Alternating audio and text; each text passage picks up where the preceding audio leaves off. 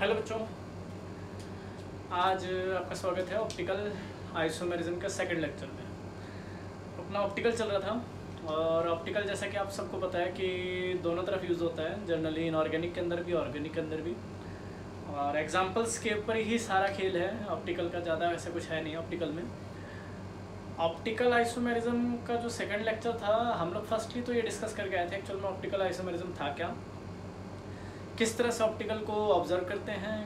Optical isomerism के जैसे हम लोग प्लेन पोलराइज लाइट की बात कर रहे थे, तो उसको ऑब्जर्व करने के लिए, पोलराइज लाइट को ऑब्जर्व करने के लिए पोलरीमीटर का किस तरह से इस्तेमाल कर रहे थे। या फिर आपने बात की थी कि भाई किसी कार्बन को आइडेंटिफाई करना है कि वो ऑप्टिकली एक्टिव है या नहीं है, तो फिर हमने कायरल कार्बन, कायरलिटी, एनेंटियोमर, इनके बारे में वहाँ पर स्टडी किया था। तो आज उसी को थोड़ा सा आगे बढ़ाते हैं कि एनेंटियोमर के साथ हम लोग डायस्ट्रोमर और इनके बारे में बात करते हैं कि डायस्ट्रोमर क्या था। तो हमने मीजोफॉर्म, एनेंटियोमर और रेसिमिक मिक्सचर के बारे में यहाँ पर थोड़ा सा टैली करेंगे। फिर इन्वर्जन, रिटेंशन, इनके बारे में देखेंगे कि इन्वर्जन क्या होता है, रिटेंशन क्या होता है। तो छोटी छोटी चीज़ें हैं, छोटे छोटे कंसेप्ट है, उसके बारे में थोड़ा सा स्टडी करके फिर अपना आगे चलते हैं। तो देखिए, हम लोग जो डिस्कस कर रहे थे वो डिस्कस कर रहे थे ऑप्टिकल आइसोमेरिज्म, ऑप्टिकल आइसोमेरिज्म, ठीक है। Lecture number second. सबसे पहले आप पढ़ के आए थे कायरल कार्बन क्या होते हैं, ये कायरल कंपाउंड क्या होते हैं। तो आपने कहा था कि सर आपके पास ऐसे कंपाउंड जो सुपर इम्पोज हो, सॉरी नॉन सुपर इम्पोज हो, it's their mirror image are called chiral. Otherwise जो आपके पास सुपर इम्पोज हो, इट्स देयर मिरर इमेज, आपने क्या नाम दिया था उसका, अकायरल।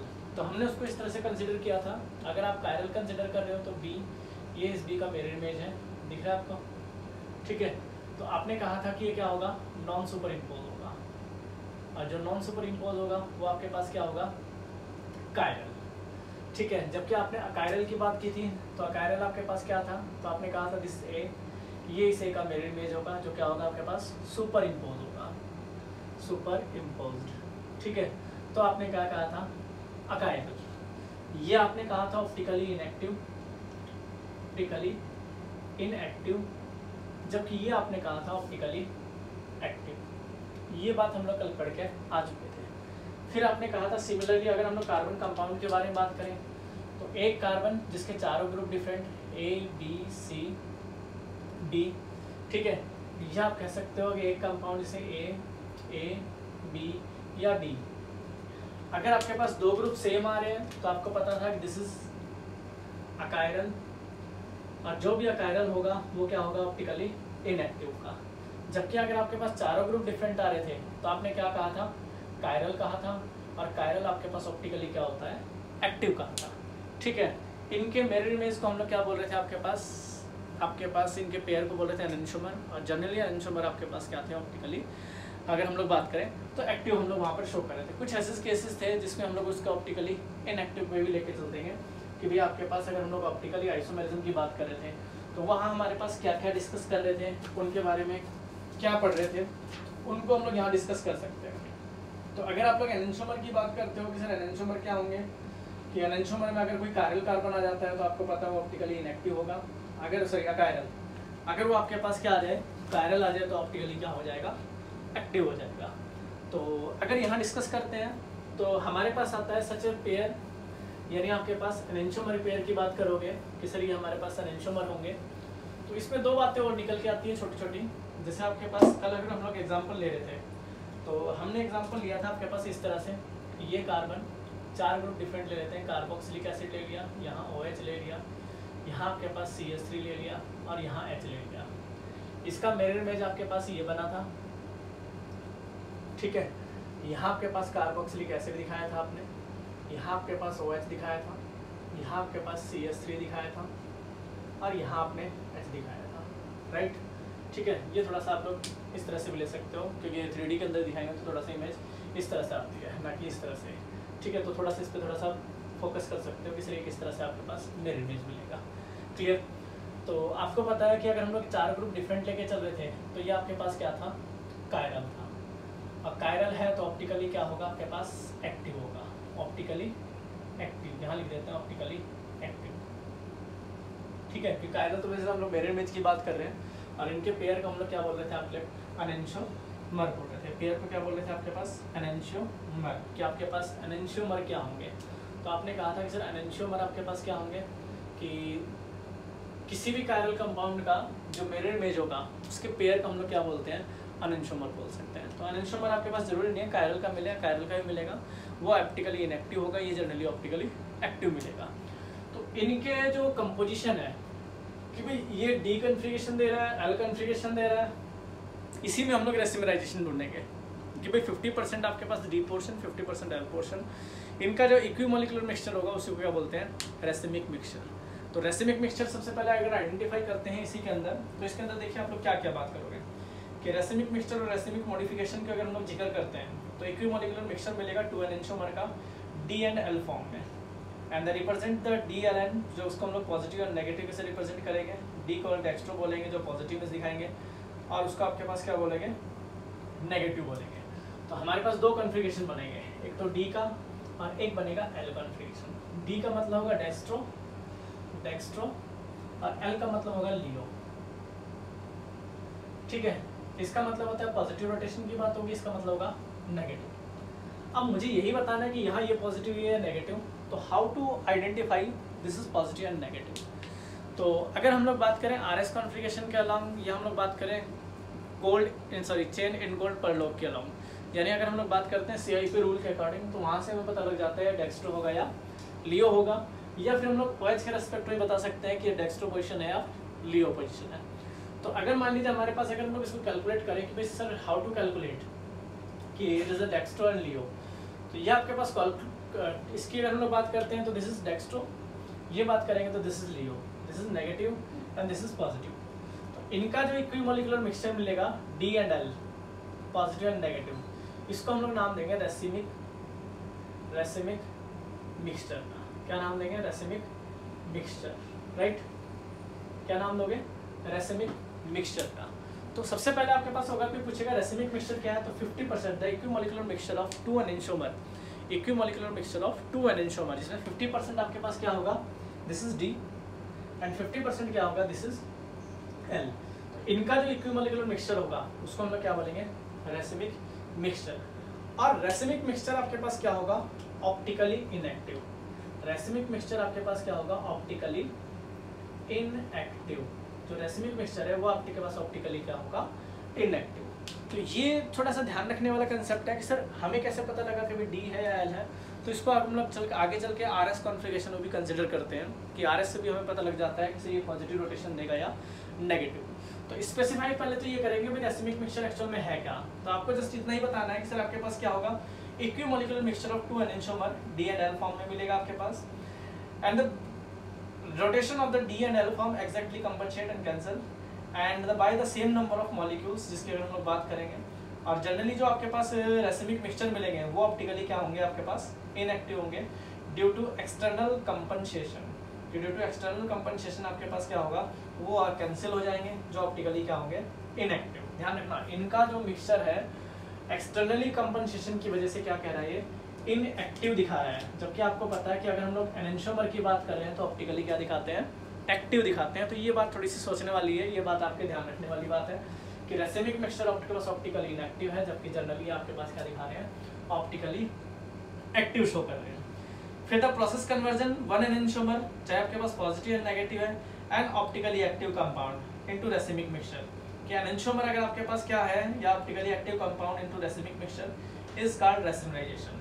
कि अगर आप इस प्रोसेस को, इन दोनों को अगर आप लोग यहाँ से यहाँ कैलकुलेट कर रहे हो, यहाँ से एनेंशियोमर को हम लोग इसमें चेंज कर रहे हैं, रेसिमराइजेशन करा रहे हैं, रेसिमिक मिक्सचर में चेंज कर रहे हैं, दैट इज कॉल्ड, इसको बोलते हैं रेसिमराइजेशन। क्या बोलेंगे, रेसिमराइजेशन। ठीक है। तो वो आपसे पूछ ले रेसिमराइजेशन क्या है, तो एनेंशियोमर, ये सच है एनेंशियोमर पेयर या the process of enantiomer change into किसमें, रेसिमराइजेशन, या चेंज इनटू आपके पास रेसिमिक मिक्सचर आर कॉल्ड रेसिमराइजेशन। तो इसको हम लोग नाम देंगे किसका, रेसिमराइजेशन। तो हम लोग ऑप्टिकल से आपके पास किस में आ गए, ऑप्टिकली इनएक्टिव फॉर्म में आ गए। ऑप्टिकल से कहाँ आ गया आपके पास, ऑप्टिकली इनएक्टिव फॉर्म में। तो वो जो डाटा रहेगा वो आपके पास क्या रहेगा, उसको आप आइडेंटिफाई कर सकते हो किसी तरह से, किसके अंदर, रेसिमिक मिक्सचर के अंदर। तो पहली बात, अगर आपसे कोई पूछा जाएगा तो रेसिमिक मिक्सचर पूछा जा सकता है, रेसिमराइजेशन पूछा जा सकता है। देखिए आगे अगर जाते हैं बीएससी एमएससी के अंदर तो थोड़ा सा उसको और ब्रीफ में पढ़ते हैं, एग्जाम्पल्स और टैली करते हैं। पर अगर कंसेप्ट की बात करते हैं तो कंसेप्ट सिर्फ यही कहता है कि दो इक्विमोलिकुलर मिक्सचर किसका, एनेंटियोमर का, उसी के पेयर को हम लोग रेसिमिक मिक्सचर बोलते हैं। एनेंटियोमर को अगर आप चेंज करते हो रेसिमिक मिक्सचर के अंदर तो this process is known as racemisation, ठीक है। और जैसा कि आप लोग पढ़ के आए, सच एनेंटियोमर पेयर ऑप्टिकली एक्टिव, जबकि रेसिमिक मिक्सचर क्या होगा, ऑप्टिकली इनएक्टिव होगा। किसी ने पूछा ऑप्टिकली इनएक्टिव कैसे हो गया, तो आप कहोगे एक्सटर्नल कंपनसेशन के कारण, एक्सटर्नल कंपनसेशन यानी इसके पॉजिटिव और नेगेटिव रोटेशन के कारण ये कैंसिल होके किस में चेंज हो जाता है, आपके पास ऑप्टिकली इनएक्टिव फॉर्म में आ जाता है। तो ये छोटी सी बात है जो आपको दिमाग में रख के चलनी है कि हाँ ऐसा कहीं पूछा गया तो हम क्या जवाब देंगे, राइट। तो ये थोड़ा सा कंसेप्ट है जो आपको टैली करके चलना है। सर अगर ऐसी कोई चीज़ आ जाती है तो हम लोग यहाँ क्या देखते हैं, किन किन चीज़ों के बारे में यहाँ पर एक्सप्लेन करते हैं। छोटा सा टर्म आपके पास आता है, एक आता है रिटेंशन, एक आता है इन्वर्जन। ये आप और देख लीजिए कि अगर सर हम इसको यहाँ से कैलकुलेट करते हैं और अगर हम इसमें जाते हैं रिटेंशन और इन्वर्जन में कि एक्चुअल में इन्वर्जन क्या होता है, रिटेंशन क्या होता है, ठीक है। तो इसको थोड़ा सा अगर सिंपल भाषा में समझाऊँ मैं आपके पास, तो देखिए मान लीजिए हमारे पास ये है, ये कोई सब्ट्रैक्ट है, सब्ट्रैक्ट का मतलब रिएक्टेंट, राइट। ये कोई सब्स्टिट्यूशन ग्रुप है जहाँ से आपके पास इसको हटा के हम लोग दूसरे को यहाँ लगा सकते हैं, दैट इज कॉल्ड। अगर मैंने इसको यहाँ से सब्स्टिट्यूशन रिएक्शन कर रहा हूँ, इसको हटा के मैं यहाँ पर ये लगा दूँ, एक बेटर न्यूक्लियोफाइल, राइट, क्लियर। इसको बोलते हैं आपके पास क्या, रिटेंशन। क्या बोलते हैं, रिटेंशन। सपोज दैट अगर ये यहाँ से हटाया और ये रिएक्टेंट पूरा इन्वर्ट हो जाए, इस तरह से दिख रहा है, इस तरह से इन्वर्ट हो जाए और ये आके इसके बैक साइड लग जाए, तो ये क्या कहलाएगा, ये कहलाएगा इन्वर्जन। क्या कहलाएगा, इन्वर्जन। तो दो कंसेप्ट को आप लोग टैली करके चले हुए हैं कि सर इन्वर्जन क्या है, एक्चुअल में रिटेंशन है क्या। तो देखिए अगर हम लोग यहाँ बात करते हैं सर रिटेंशन की, कि सर आप बात कर रहे हो सिर्फ रिटेंशन की, क्या अगर हम लोग बात करते हैं रिटेंशन की, रिटेंशन क्या होता है, रिटेंशन, ठीक है। और बात करते हैं यहाँ इन्वर्जन की, इन्वर्जन। तो एक्चुअल में रिटेंशन और इन्वर्जन आप लोग किस तरह से दिखाओगे सर, कि रिटेंशन कॉन्फ़िगरेशन मींस आपके पास प्रिजर्वेशन दिखा सकते हो, integrated and the special arrangement किसके साथ, कहता है bond the asymmetric carbon atom in the reactions. कोई भी रिएक्शंस ले लें, अगर हम लोग वहाँ रिटेंशन और इन्वर्जन दिखा रहे हैं तो देखिए किस तरह से दिखाएंगे। ये तो हमारे पास हो जाएगा रिटेंशन, कि आप दिखा सकते हो sir X Y and Z, ठीक है। कि यहाँ मेरे पास ए है, ये आपके पास सी है, ये आपके पास बी है, यहाँ x मान लीजिए, ये कोई रिएक्शन है y के साथ, ठीक है। सिमिलर केस ले रहे हैं यहाँ पे आपके पास, दिस इज, यहाँ c था, यहाँ a था, यहाँ b था, और यहाँ आपके पास क्या आ जाता है, x की जगह y आ जाता है। तो दिस इज आपके पास क्या होगा, इसको बोलते हैं रिटेंशन। क्या बोलते हैं, रिटेंशन, ठीक है। सिर्फ एक को हटा के, जैसे मान लीजिए इसको हटाया और इसके साथ कोई बेटर न्यूक्लियोफाइल अटैच हो गया, दिस इज रिटेंशन। अगर इन्वर्जन का मतलब क्या है कि बिल्कुल आपके पास अपोज कर जाए, बिल्कुल क्या अपोज कर जाए, ये वाला जो एरिया है ये आपके पास, मान लीजिए अगर हम लोग यहीं टैली करके चलते हैं कि इसमें मतलब एक्स साइड करके चलूँ, तो मेरे पास क्या होगा, इसको आप लोग इस तरह से दिखाओगे, this is C A, and आपके पास यहाँ का टैली करके चलते हैं तो आपके पास क्या हो जाएगा, सॉरी सी, यहाँ आपके पास क्या हो जाएगा बी, और ये क्या हो जाएगा आपके पास एक्स हो जाएगा। तो ये जो फंक्शन होगा आपके पास क्या कहलाएगा, ये कहलाएगा जनरली इन्वर्जन का। इन्वर्जन का मतलब क्या होगा कि इन्वर्ट करना, वहाँ पर बैक बॉन्ड से अटैक हो गया कुछ, या आपके पास कुछ ना कुछ ऐसी चीज़ आई जिसके कारण उसको इन्वर्जन शो करना पड़े। तो यहाँ के पास क्या है, दो पोर्शन मिलते हैं कि सर एक इन्वर्जन फंक्शन क्या कहता है, कि रिटेंशन क्या कहता है। तो आप यहाँ दिखा सकते हो कि आपके पास रिलेटिव स्पेशल अरेंजमेंट होगा बॉन्ड का, asymmetric carbon atom with the central, जिसको कायरल कार्बन की बात कर रहे हो, before and after in chemical reaction and transformation क्या रहेगा, कहता है reaction is said to be retention configuration. यानी बिफोर और आफ्टर, बिफोर और आफ्टर दोनों आपके पास क्या रहेगा, वो सेम रहेगा, उसके अंदर कोई चेंज नहीं आएगा।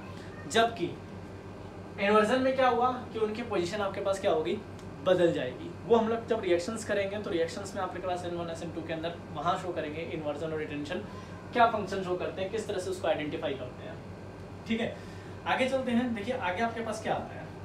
अगर आप इन्वर्जन और रिटेंशन को रिप्रेजेंट करते हो तो इसको हम लोग क्लॉकवाइज और एंटी क्लॉकवाइज भी आपके पास बता सकते हैं ड्यूरिंग द रिएक्शन, कि ड्यूरिंग द रिएक्शन अगर आपके पास होता है तो हम लोग रिलेटिव कॉन्फ़िगरेशन जो रिप्रेजेंट करते हैं, तो अकॉर्डिंग टू SN1 SN2 आप लोग रिटेंशन और इन्वर्जन बता सकते हो कि सर आपके पास इन्वर्जन क्या होगा और रिटेंशन क्या होगा।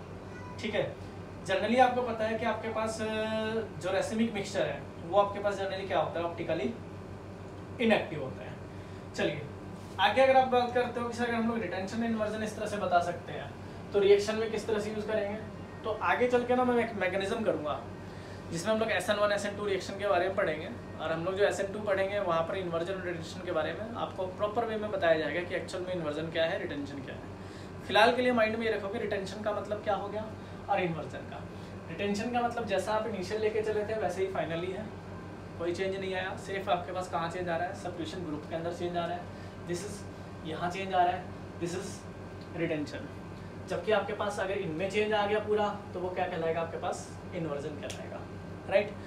अब आगे अगर आप बात करते हो कि सर अगर इसको थोड़ा सा और एक्सपेंड करें तो क्या आएगा, देखिए अगर इसको थोड़ा सा और एक्सपेंड करते हैं कि सर थोड़ा सा और इसको आगे बढ़ाते हैं तो इसमें क्या क्या दिखा सकते हैं, एक एग्जांपल ले सकते हैं रिटेंशन इन्वर्जन का, तो आपको थोड़ा सा आइडेंटिफाई हो जाएगा कि सर कौन सा एग्जांपल किस तरह से टैली करेंगे। तो अगर हमारे पास क्या करते हैं यहाँ पर कि हम लोग ये एग्जांपल ले लेते हैं कि सर किस तरह से इसको टैली कर सकते हैं, किस तरह से इसमें रिटेंशन और किस तरह से इसमें इन्वर्जन शो कर सकते हैं। तो मेरे पास यहाँ पर कार्बन है, यहाँ C2H5, यहाँ इस तरह से और इस तरह से दिखा देंगे, 4 वैलेंसी है, 4 वैलेंसी आप लोग आइडेंटिफाई कर सकते हो। तो यहाँ तो आपके पास इसके डैश एक्सपेरिमेंट के थ्रू दिखाएंगे, तो H यहाँ इस तरह से लेके चलोगे, ठीक है, ये आपके पास यहाँ आ गया। यहाँ आपके पास एग्जांपल के तौर पे यहाँ क्या रख सकते हो, X रख लो, यहाँ आपके पास CS3 रख लो, एक A हो जाएगा, एक B हो जाएगा, ठीक है। एक आपकी तरफ क्या दिखाना है कि सर इसमें Y ऐड कर रहे हैं, Y की जगह किसकी जगह X की जगह आपको क्या लगाना है, Y लगाना है, और एक आपके पास जगह क्या है, यहाँ भी Y ऐड कर रहे हैं, X की जगह क्या लगाना है, Y। एक में आपको पॉसिबिलिटी क्या दिखानी है, रिटेंशन की, एक में पॉसिबिलिटी क्या दिखानी है, इन्वर्जन की। जैसे मान लीजिए इसमें दिखाते हैं, तो ये एज इट इज अगर रखते हैं C2H5, यहाँ आपके पास C,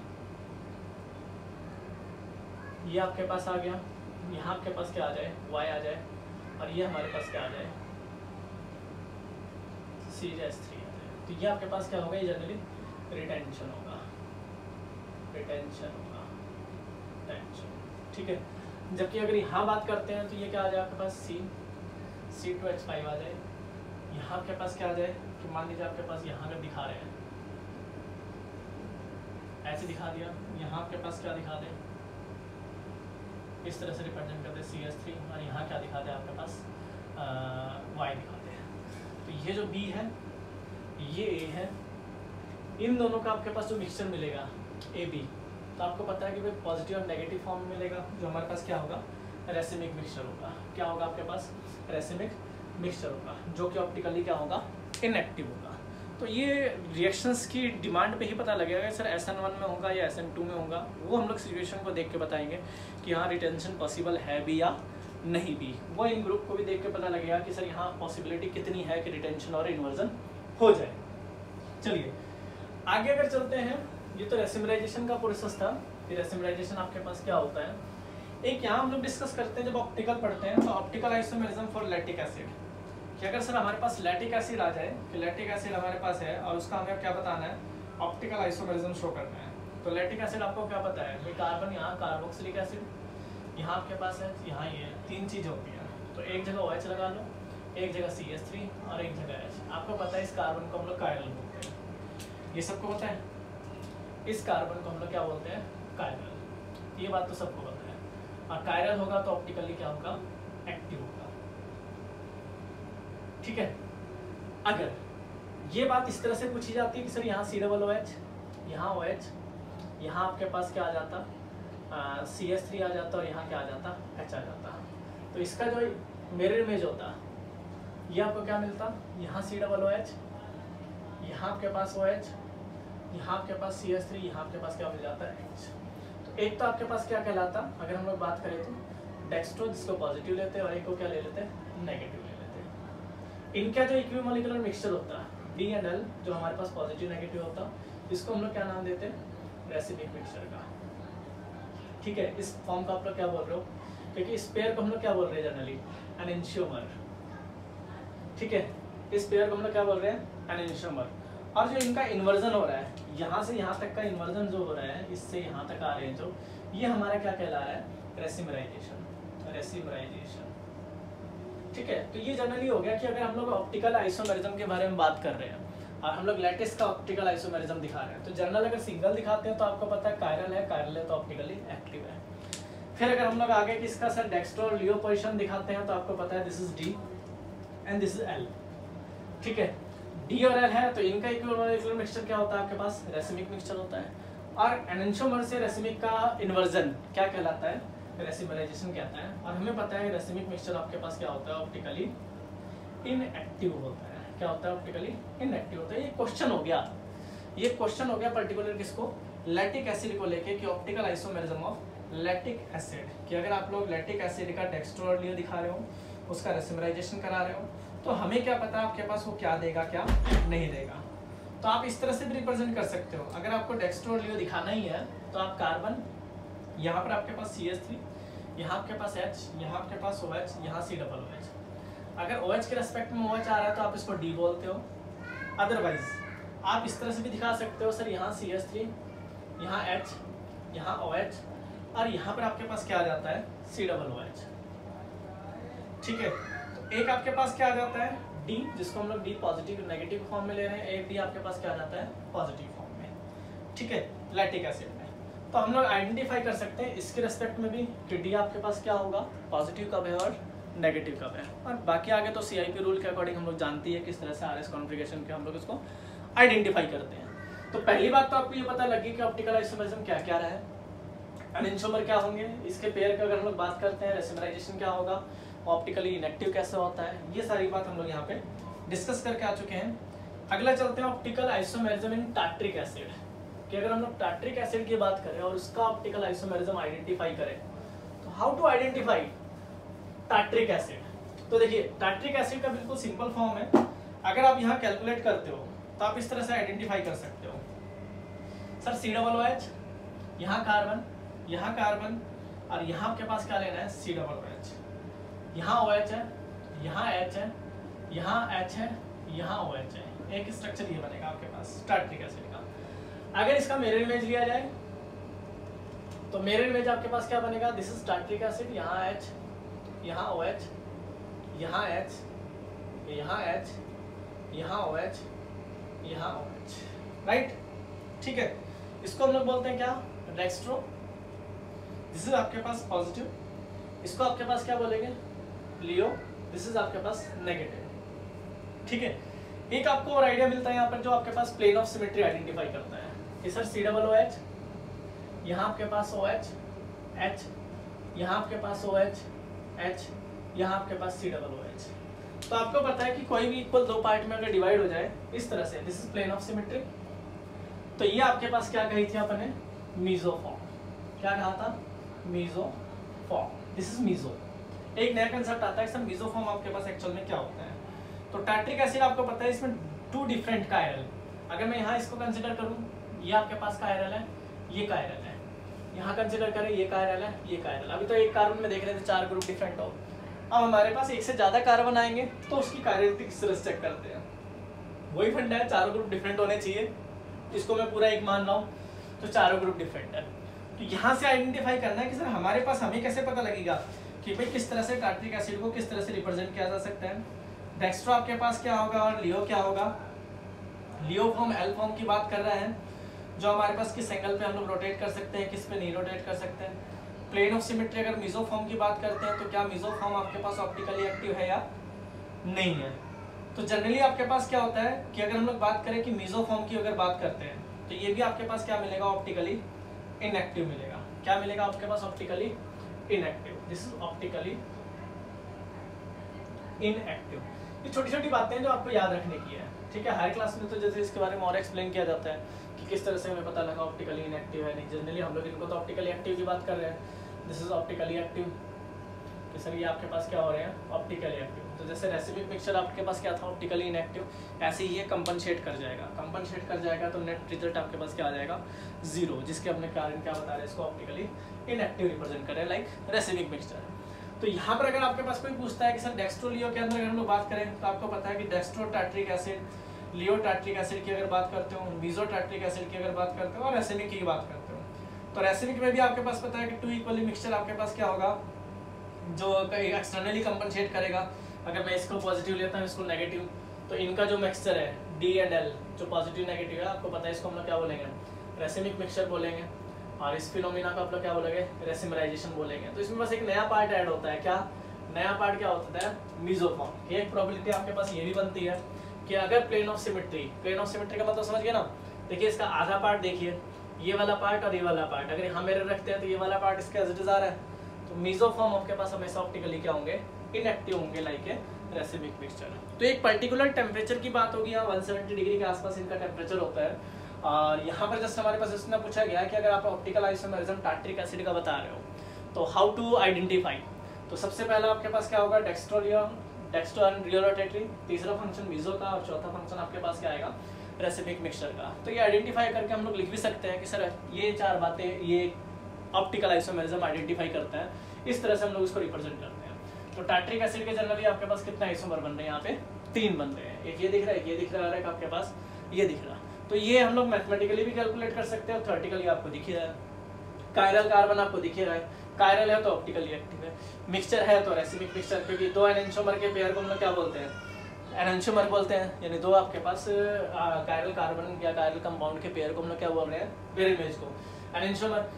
और इसका रेसिमराइजेशन क्या कहलाता है, सॉरी रेसिमिक मिक्सचर कहलाता है। तो वहां से अगर आप पढ़ते हो तो आपको पता है कि मीजोफॉर्म भी इस तरह से अगर हम लोग बात करें तो ऑप्टिकली इनएक्टिव ही मिलेगा, ऑप्टिकली एक्टिव का कोई कंसेप्ट नहीं है यहाँ पे।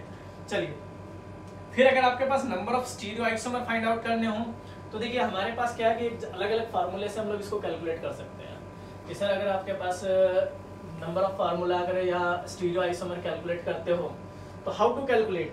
तो सबसे पहले अगर आप बात करते हो कि molecules can not be divided equal 2 part, कि अगर आपके पास कोई भी मॉलिक्यूल्स है और उसको इक्वल 2 पार्ट में डिवाइड नहीं कर सकते तो आपके पास उसके लिए क्या फार्मूला बनता है, क्या कहता है, when molecules can not be divided equal 2 part, कि has a no asymmetry, no asymmetry हो तो उसके लिए हम लोग क्या फार्मूला यूज करते हैं, तो उसके लिए हम लोग फार्मूला यूज करते हैं व्हेन मॉलिक्यूल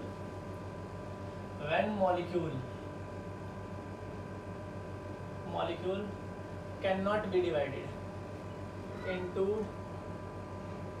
2 पार्ट, ठीक है, कि अगर कोई भी मॉलिक्यूल्स 2 पार्ट में डिवाइड ना होते हो। अभी जैसे हमने इसको डिवाइड किया इस तरह से, जैसे ये डिवाइड किया ना, COOH, यहाँ OH, यहाँ H, यहाँ H, यहाँ OH, यहाँ COOH, तो ये इक्वल 2 पार्ट में डिवाइड हो रहा है। अगर ना हो तो की बात कर रहे हैं, तो उसके लिए हम लोग क्या फार्मूला यूज करेंगे वो आप देख लीजिए। ना हो तो मतलब अगर हमारे पास जैसे ग्लूकोज आ जाए, फ्रक्टोज आ जाए, जैसे मान लो ग्लूकोज आ गया, COOH, सॉरी यहाँ आपके पास CHO, यहाँ COH, यहाँ H, यहाँ OH, सॉरी H, यहाँ OH, यहाँ OH, यहाँ H, यहाँ H, यहाँ OH, यहाँ आइए। अगर आप इसको इक्वल 2 पार्ट में डिवाइड करना चाहते हो तो आप देख सकते हो, नहीं होगा, देखो तो ये इसका मिरर इमेज नहीं है तो इसका मतलब ये नहीं हो सकता। तो ऐसे के लिए हम लोग क्या फार्मूला आइडेंटिफाई कर सकते हैं, तो ऐसो के लिए आप क्या फार्मूला आइडेंटिफाई कर सकते हो, अगर आपको DL निकालना है, D एंड L कॉन्फ़िगरेशन या DL एंड डेक्स्ट्रो एंड लियो निकालना है तो 2 रेज़ टू पावर n रखोगे, क्या रखोगे, 2 रेज़ टू पावर n।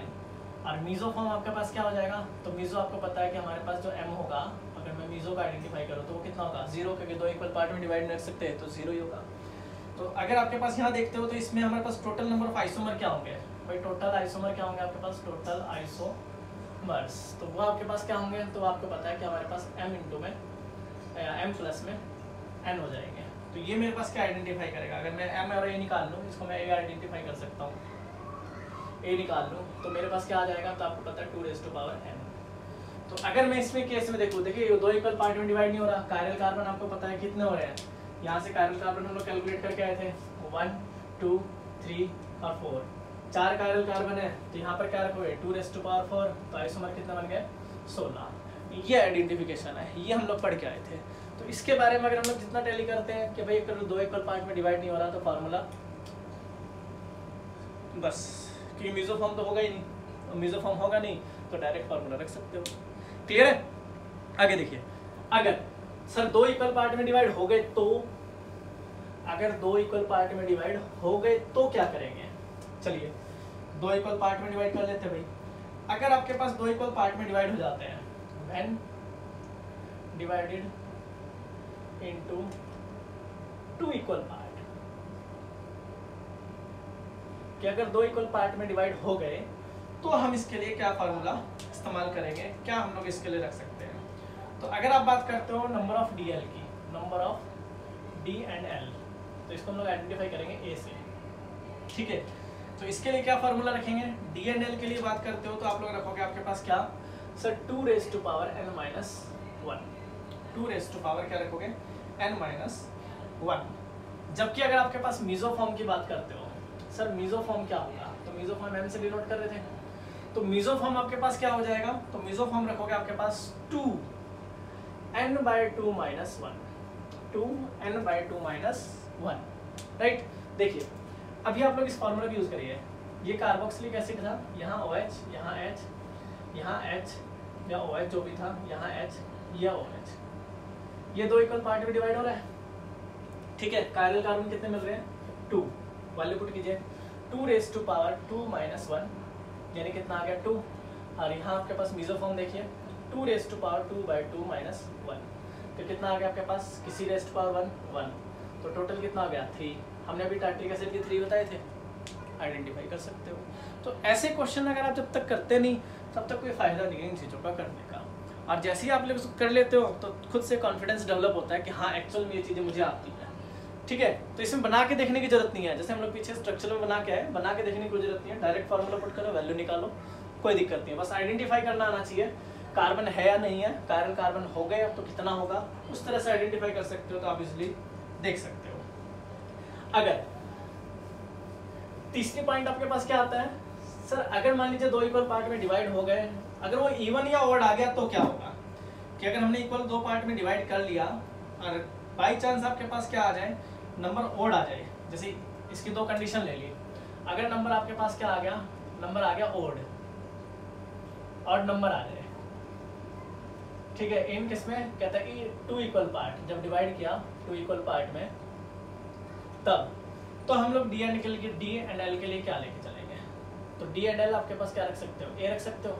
इसको देखिए आप लोग क्या आइडेंटिफाई करोगे, तो डी और एल का आइडेंटिफाई करोगे तो आप आइडेंटिफाई करोगे क्या? सर मेरे पास होगा 2 raised to power n-1 और minus 2 raised to power n-1 और माइनस क्या सर 2n-1/2, 2n-1/2, एक फार्मूला तो ये बनेगा, राइट? और जबकि अगर आप मीजोफॉर्म की बात करते हो कि सर मेरे पास मीजोफॉर्म यहाँ पर क्या आइडेंटिफाई होगा, तो मीजोफॉर्म आपके पास आइडेंटिफाई होगा 2 raised to power n-1/2, ये आइडेंटिफाई होगा। ठीक है, बताइए, यही आइडेंटिफाई होगा। तो अगर मैं यहाँ से टोटल नंबर ऑफ आइसोमर यहाँ फाइंड आउट करूँ कि भाई टोटल नंबर ऑफ आइसोमर या टोटल ऑप्टिकल आइसोमर अगर टोटल निकालते हो यहाँ से तो ये क्या हो जाएगा 2n-1/2, ठीक है, या फिर सीधा आपके पास 2 ही आएगा, राइट? तो ये आपके पास हो जाएगा, ये होगा, क्लियर? तो यहाँ से आप आइडेंटिफाई कर सकते हो कि सर अगर इवन ऑड का फंक्शन थोड़ा सा चेंज हो रहा हो तो हम लोग किस तरह से आइडेंटिफाई कर सकते हैं इसको। तो अगर ऑड है तो आप लोग फार्मूला ये यूज करोगे, और अगर बाई चांस वो क्या ले ले, कहता है कि सर अगर इवन ले ले कि total number of about the case अगर हम लोग बात करते हैं, अगर रेसिमिक हो, यहाँ पर ध्यान रखना, इसमें एक और ऐड कर लेना, अगर रेसिमिक हो, रेसिमिक मिल जाए तो आप a/2 लेके चलना, ये याद रखना, ये रिमेंबर वाला पोर्शन है, थोड़ा सा आपको दिमाग में रख के चलना पड़ेगा कि सर अगर मान लो रेसिमिक आ जाए, क्योंकि रेसिमिक भी पढ़ गए हैं, और रेसिमिक आ गया तो रेसिमिक में हम लोग क्या कर सकते हैं, तो ये वाला जो पोर्शन है ये याद रखने वाली बात है कि सर अगर रेसिमिक है तो रेसिमिक में आप लोग टैली कर सकते हो।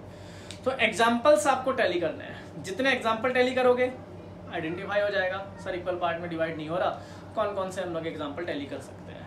ठीक है, तो एक छोटी सी बात आपको ये रख के चलनी है, और आप इस पर पहले क्वेश्चन कीजिए। अगर आप लोग क्वेश्चन ज़्यादा से ज़्यादा करते हो, चलो मैं आपके पास क्वेश्चन दे देता हूँ कि छोटा सा एक क्वेश्चन ले लेते हैं कि सर आपके पास इसके कितने नंबर ऑफ आइसोमर होंगे, तो हम लोग उस तरह से टैली कर सकते हैं। जैसे मान लीजिए हमारे पास क्या ले लेते हैं, यहाँ CH3 ले लेते हैं, यहाँ पर OH, यहाँ H, यहाँ OH, यहाँ H, यहाँ COOH। चलिए आप इसके आइसोमर बना दीजिए, इसके कितना आइसोमर बनेंगे, फिर आपके पास देखते हैं और क्वेश्चन आपके पास किस तरह से आते हैं। यहाँ पे आप इसके आइसोमर बनाइए, चलिए जल्दी बनाइए।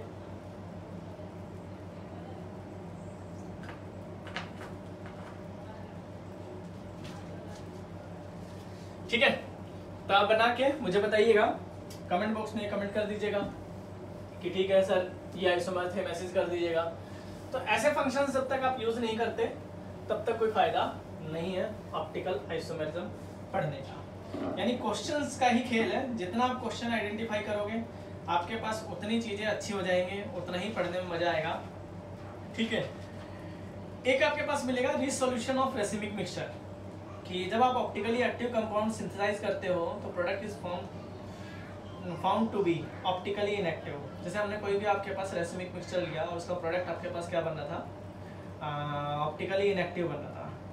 तो जो हम लोग बात करते हैं ना the separation of racemic mixture, जैसे आपके पास रीसोल्यूशन की बात करेगा, ऐसे हम लोग बात करें आपके पास रीसोल्यूशन, ठीक है, कोई पूछ ले resolution of racemic mixture, resolution of racemic mixture, ठीक है, ये छोटा सा पोर्शन मिलेगा, जिसको आइडेंटिफाई कर लेना, मिनिमाइज कर लेना जिस तरह से रीडिंग करना हो।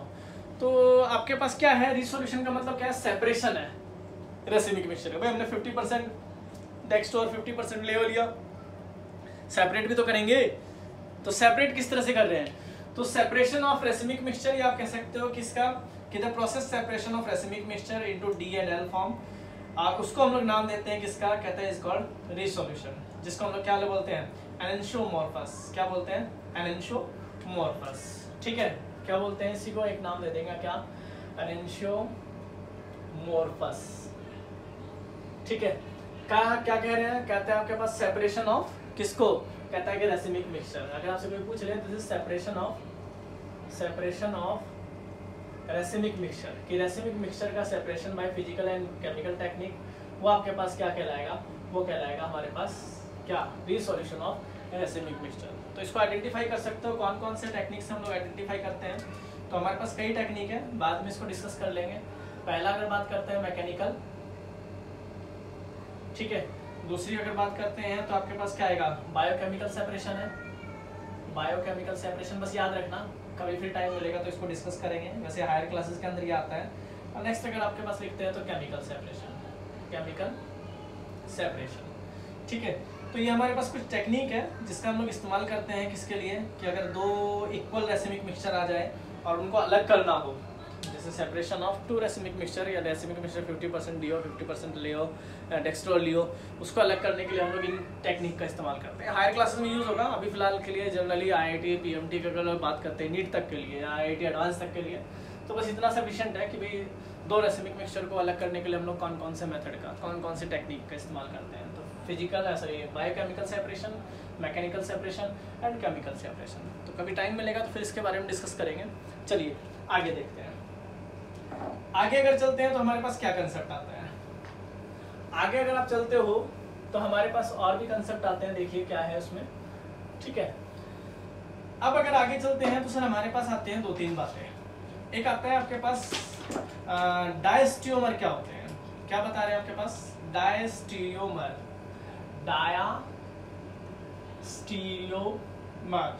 क्या बता रहे हैं, डायस्टियोमर। अब डायस्टियोमर्स क्या होंगे आपके पास, किस तरह से हम लोग बताएंगे सर ये डायस्टियोमर है या नहीं, किस तरह से बताएंगे डायस्टियोमर है या नहीं है। देखिए मैं यहाँ पर एक स्ट्रक्चर बनाता हूँ COOH, यहाँ पर OH, आपको एक ही एग्जांपल समझ में आ जाएगा कि ये डायस्टियोमर होंगे या नहीं होंगे। यहाँ OH, यहाँ H, यहाँ COOH, राइट। तो अगर मैं इसका मिरर इमेज बनाऊं तो इसका मिरर इमेज क्या बनेगा, COOH, यहाँ OH, यहाँ H, यहाँ H, यहाँ OH, COOH। क्लियर। एक अगर हम बात करते हैं इसी की, अगर हम लोग बात करें तो COOH, यहाँ COOH, सॉरी OH, यहाँ OH, यहाँ H, यहाँ COOH, इसका मिरर इमेज ले लीजिए, ठीक है। यहाँ आपके पास COOH, यहाँ आपके पास OH, यहाँ H, यहाँ OH, यहाँ H। अब आप इनके स्ट्रक्चर को ना ढंग से देखिए थोड़ा सा, फर्स्ट, सेकंड, थर्ड और फोर्थ, ढंग से देखिए। इसमें सिमिलरिटी और डिसिमिलरिटी नजर आ रही है आपको? क्या इसमें कुछ सिमिलरिटी और डिसिमिलरिटी नजर आ रही है? बताइए। अगर आपको कोई सिमिलरिटी और डिसिमिलरिटी नजर आ रही है तो मुझे बताइए। भाई ये वाला जो पेयर है इसको तो हम लोग क्या नाम दे रहे हैं? एनेंशियोमर का। इसका जो पेयर है इसको हम लोग क्या नाम दे रहे हैं? एनेंशियोमर्स का, ठीक है। क्या एनेंशियोमर आपके पास क्या होंगे? ये हो गया। अब डायस्टोमर की एक्चुअल में डेफिनेशन क्या बनती है? देखिए इसको ढंग से समझिए। क्या है इसका मिरर इमेज है? साफ सी दिख रही है। क्या है इसका मिरर इमेज है? जब तो एनेंशियोमर का है, ये इसका मिरर इमेज है, ये इसका मिरर इमेज है। अब देखिए, क्या फर्स्ट को अगर कंपैरिजन करते हैं किससे? आप फर्स्ट को कंपैरिजन कीजिए, इस फर्स्ट को कंपैरिजन कीजिए इससे, थर्ड से। क्या इसका मिरर इमेज है? नहीं है। क्या ये सुपर इम्पोज है? वो भी नहीं है। तो ये क्या कहलाएंगे? ये पेयर कहलाते हैं डायस्टोमर। ना कि वो मिरर इमेज होना चाहिए, ना ही वो सुपर इम्पोज होना चाहिए उसके कंपाउंड के। तो वो क्या कहलाएगा? वो कहलाएगा मेरे पास डायस्टोमर। अगर सिमिलर केस आप इसको देखते हो, इसको देखिए और इसको देखिए, ना तो ये मिरर इमेज है और ना ही ये सुपर इम्पोज है। भैया तो सुपर इम्पोज थे, ना तो ये मिरर इमेज है और ना ही आपके पास क्या है, क्योंकि अगर हम लोग इसकी बात करते हैं और इनकी बात करते हैं तो डायस्टोमर आपके पास वो पेयर होंगे जो आपके पास क्या हो, neither the super impose and nor the mirror image, कि ना तो वो सुपर इम्पोज होना चाहिए, ना ही वो आपके पास क्या होना चाहिए, मिरर इमेज होना चाहिए। नाइदर द क्या लिखेंगे? सुपर इम्पोज, कि ना तो वो सुपर इम्पोज होने चाहिए, नोर द मिरर इमेज, और ना ही वो मिरर इमेज होना चाहिए। ना तो वो सुपर इम्पोज होने चाहिए, ना ही वो मिरर इमेज होना चाहिए। तो वो पेयर क्या कहलाएंगे? वो पेयर कहलाएंगे डायस्टीरियोमर। कि ना तो एक कंसेप्ट है, ध्यान रखना, कि ना तो वो मिरर इमेज होने चाहिए, ना ही वो सुपर इम्पोज होने चाहिए। ना तो मिरर इमेज होना चाहिए, ना ही वो सुपर इम्पोज होना चाहिए। वो क्या कहलाएंगे आपके पास? डायस्टीरियोमर कहलाएंगे। तो ये छोटे छोटे कंसेप्ट है जो हमें पढ़ने वाले हैं कि भाई हाँ, अगर हम लोग ढंग से पढ़ के चल लेते हैं तो एक्चुअल में हमें पता लग जाता है कि डायस्टोमर क्या होते हैं और आपके पास किस तरह से हम लोग डायस्टोमर कैलकुलेट कर सकते हैं, किस तरह से उसको आइडेंटिफाई कर सकते हैं। ये हमारे पास एक पढ़ने का मुद्दा हो जाता है कि हाँ चलो सर हम लोग इनको जानते हैं, ठीक है। आप लोग डायस्टोमर आप लोग इजीली पढ़ सकते हो कि सर डायस्टोमर आपके पास ये है, इस तरह से कैलकुलेट करना है। और फिर अगर आप आगे चलते हैं तो फिर हम लोग यहाँ डिस्कस करते हैं किसके बारे में? RS कॉन्फ़िगरेशन के बारे में, कि एक्चुअल में RS क्या होता है, किस तरह से उसको आइडेंटिफाई कर सकते हैं, किस तरह से उसको मैनेज कर सकते हैं, कि RS कॉन्फ़िगरेशन आपके पास क्या होगा। तो वो डिस्कस करते हैं अपने नेक्स्ट लेक्चर में कि RS कॉन्फ़िगरेशन। और अगर हम लोग बात करते हैं इसकी DL कॉन्फ़िगरेशन की बात करते हैं तो वो ऑप्टिकल एक्टिविटी के बारे में हम लोग पढ़ते हैं अब नेक्स्ट लेक्चर में। आप लोग पहले ये कीजिए, इसके क्वेश्चंस कीजिए, फिर मिलते हैं नेक्स्ट लेक्चर में। Thank you.